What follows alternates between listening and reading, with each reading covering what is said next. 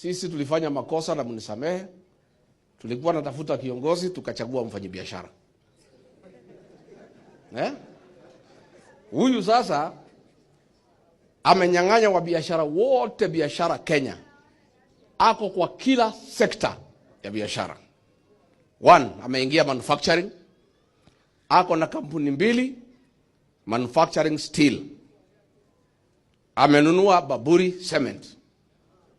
Amenunua kampuni ya tiles.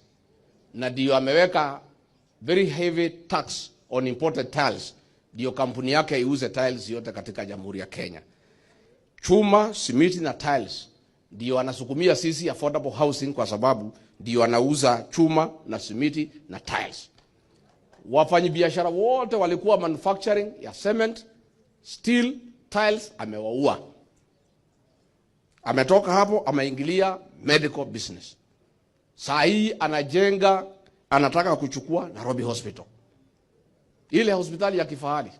Jana all the board members of Nairobi Hospital wamekamatwa. Wamekuwa wakisukumwa wabadilishe sheria ndio Kasongo achukue Nairobi Hospital, wakakataa. So polisi wametumika, wamekuwa rounded up wote.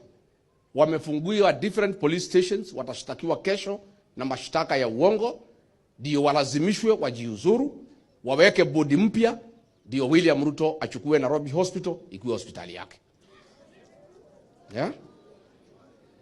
Nairobi West Hospital ni yake. Na ndio aliua ile hospitali ya Mishra, ndio yake ivume. Ameingia biashara ya insurance. The police insurance scheme ni yake. Ile insurance scheme ya civil servants ni yake. Ako kwa insurance.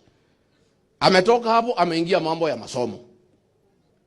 Anajenga university in Eldoret. So anataka kuua Moi University ndio university yake ipate watoto. Ametoka hapo aliingilia mambo ya Fuliza. Fuliza ni yake. Alichukua kutoka Safaricom.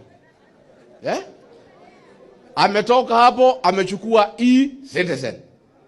Ako na 80% shares ya E-Citizen.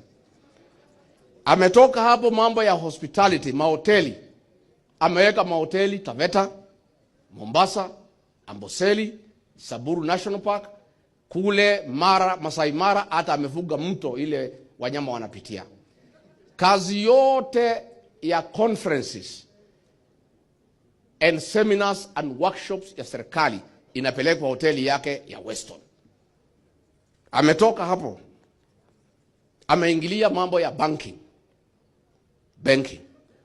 Amenunua benki inaitwa Sidian, ambaye pesa yote ya housing, affordable housing, pesa ya SHA, County Government of Nairobi, ametoa hiyo pesa yote kwa mabenki ya serikali kama KCB na National Bank, ameweka kwa Sidian Bank.